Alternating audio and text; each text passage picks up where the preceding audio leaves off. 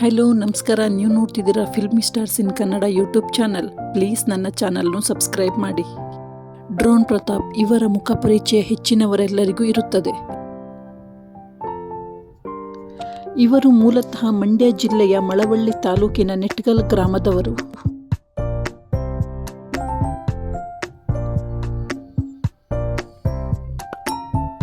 Drone Pratap ಈ ಹಿಂದೆ drone ವಿಚಾರವಾಗಿ ಕರ್ನಾಟಕ ಮಾತ್ರವಲ್ಲದೆ ಭಾರತಾದ್ಯಂತ ಜನಪ್ರಿಯವಾಗಿದ್ದರು. ಜೊತೆಗೆ ಸಾಮಾಜಿಕ ಜಾಲತಾಣದಲ್ಲಿ ಸಿಕ್ಕಾಪಟ್ಟೆ ಸುದ್ದಿಯಾಗಿದ್ದ ವ್ಯಕ್ತಿ. ಇವರು ಮಳವಳ್ಳಿ ಪಟ್ಟಣದ ರೋಟರಿ ಶಾಲೆಯಲ್ಲಿ 10ನೇ ತರಗತಿ ಮುಗಿಸಿದರು.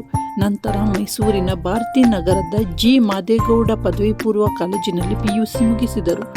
ನಂತರ JSS ಕಾಲೇಜಿನಲ್ಲಿ BSc ಶಿಕ್ಷಣವನ್ನು ಪಡೆದರು.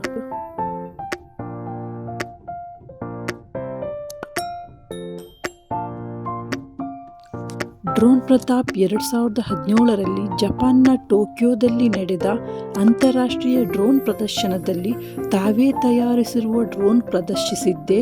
100ಕ್ಕೂ ಹೆಚ್ಚು ದೇಶದ ಪ್ರತಿಭಾನ್ವಿತರು ಭಾಗವಹಿಸಿದ್ದರು. ಆ ಸ್ಪರ್ಧೆಯಲ್ಲಿ ನನಗೆ ಗೋಲ್ಡ್ ಮೆಡಲ್ ದೊರಕಿತ್ತು ಎಂದು ಕನ್ನಡಿಗರಿಗೆ ಸುಳ್ಳು ಹೇಳಿರುವ ಆರೋಪ ಎದುರಿಸುತ್ತಿದ್ದರು.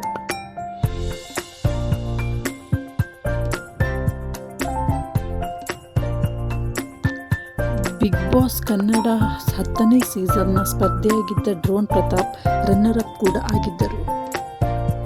ಬಿಗ್ ಬಾಸ್ನಿಂದ ಬಂದಂಥ ಹಣದಿಂದ ಅನೇಕ ಬಡವರಿಗೆ ಇವರು ಸಹಾಯ ಮಾಡಿದ್ದರು.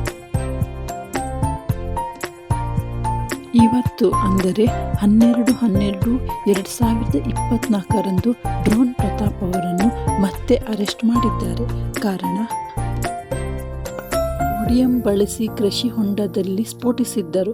ಅಲ್ಲದೆ ಅದನ್ನು ವಿಡಿಯೋ ಮಾಡಿ ಸಾಮಾಜಿಕ ಜಾಲತಾಣದಲ್ಲಿ ಅಪ್ಲೋಡ್ ಮಾಡಿದ್ದರು. ಈ ಸಂಬಂಧ ತುಮಕೂರು ಜಿಲ್ಲೆಯ ಮಧುಗಿರಿಯ ಮಿಡಿಗೇಶಿ ಠಾಣೆಯಲ್ಲಿ ಪ್ರಕರಣ ದಾಖಲಾಗಿತ್ತು.